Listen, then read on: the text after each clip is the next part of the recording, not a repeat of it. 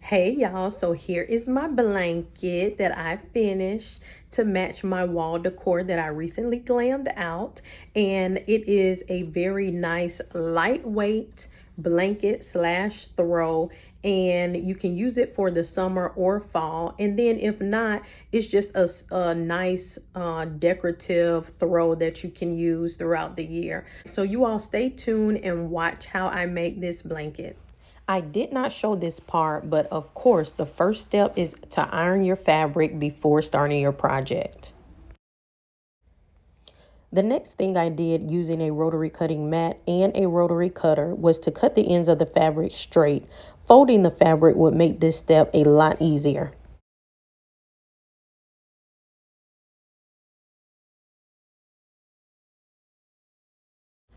This clear object I am using is called a quilter's ruler. I lay it on top of the fabric, line the ruler up with a straight line on the cutting mat, and cut the fabric straight using the rotary cutter.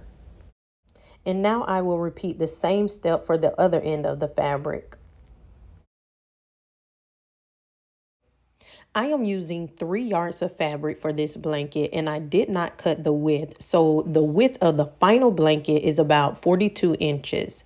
Now, 3 yards is very long for a blanket, but I wanted to use it as a throw for the foot of my bed as well. So if you want to make a blanket, you don't have to make yours that long. 1.5 to 2 yards of fabric is long enough. After making sure the ends are straight, the next step is to take this printed fabric, which is this blue fabric, and the Minky dot fabric that I'm going to use for the back of the blanket, and face them both together, leaving an opening. For this step, I decided to get on the floor because I needed a lot of space to pin, but I did not like that I pinned the fabric together with the Minky dot fabric on top. The Minky dot fabric is wider than my printed fabric, so I took all the pins out and decided it would be easier to pin the fabric with the printed side on top. I'm going to show you how I pin the fabric together anyway, because it still could have been done, but ideally I should have cut the Minky dot fabric down to size matching the width of the printed fabric. Also, you will see how important it is to constantly make sure your fabric has no folds in it as you pin. So I am constantly hand sweeping this Minky dot fabric, ensuring the fabric is straight. If not, the excess fabric due to these folds can be seen in the final result of your blanket, and it will look very awkward. So right now I'm just making sure that I start this right, that there's no folds, no wrinkles in the section that I'm starting with. This part of the video is me simply pinning the fabric, and I'll let you watch it for a while without me doing a lot of talking. But before I forget, if you like this video, please hit the thumbs up. Remember to subscribe to the channel and hit the bell for notifications of when we release videos.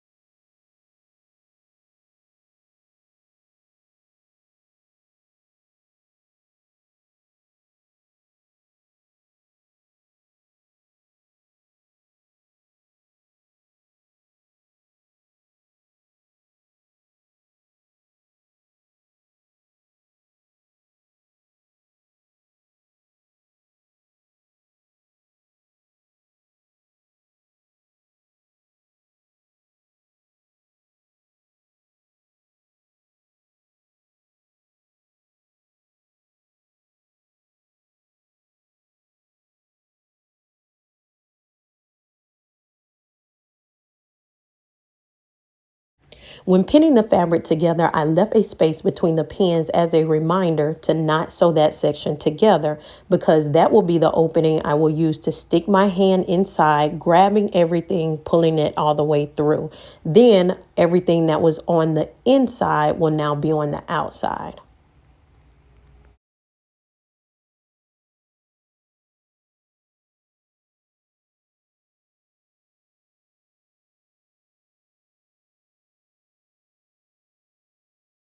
I am now sewing the fabric together.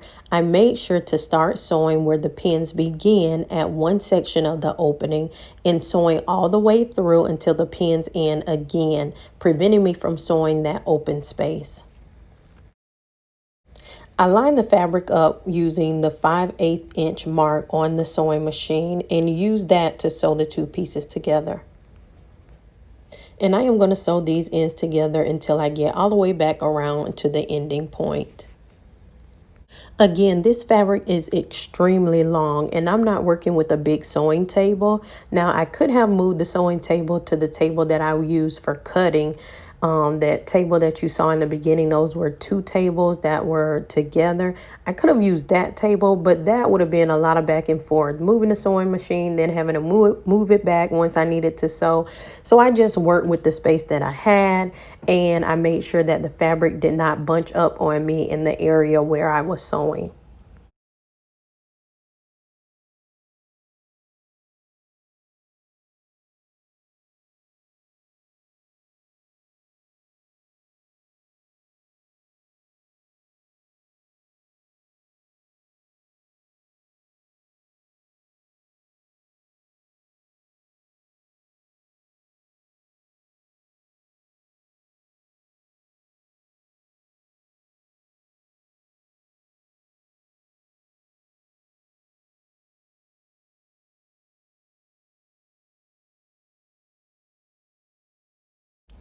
Now, I should have cut the extra Minky dot fabric before I started sewing, but instead I just kind of eyeballed it of where the 5/8 inch line would be, and I sewed it with the Minky dot fabric attached. But I would suggest, if this is your first time making a simple blanket, please go ahead and cut that off first. It will make things so much easier for you. So there's not much more to this part of the blanket. I'm going to continue sewing until I reach the stopping point.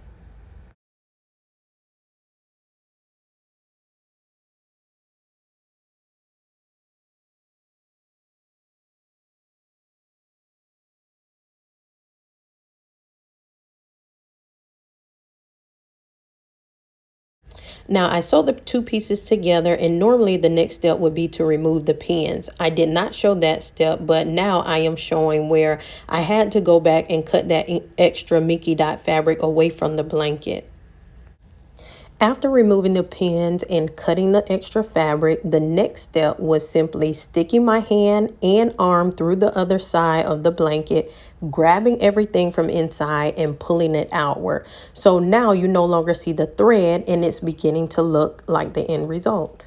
Now I am taking the opening pieces, folding it under to pin it, and eventually I will hand stitch this part of the blanket so you will not be able to see where I left that part open. When my mom, who is a retired home economics teacher, showed me how to hand stitch, honestly, I was like, this is too much.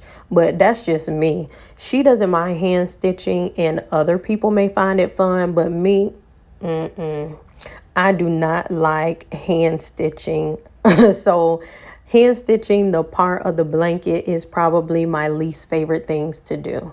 But it's necessary if you don't plan on having a border around your whole blanket. So prior to me hand stitching and closing the opening, I'm going to take a ruler and Tailor's chalk and draw a straight line through the length and width of the blanket. Then I will sew on those lines. The reason for this is to make sure your blanket does not separate and lose its shape. Now, you don't have to do what I did. You can sew a box in the middle of the blanket. You can probably even sew an S or any decorative stitch to ensure your blanket does not separate. As we are getting closer to the end of this video, let me just say that I intended for this to be a lightweight blanket or throw, which is ideal for summer and fall. If you want something a little heavier, you would need to add batting. I don't make a lot of blankets using batting. If you want me to show you how it's done, leave a comment below. And for my beginners, please remember, as always, I love your feedback. So if you have any questions about anything that I may have skipped or something that you just don't understand, make sure that you leave your question below.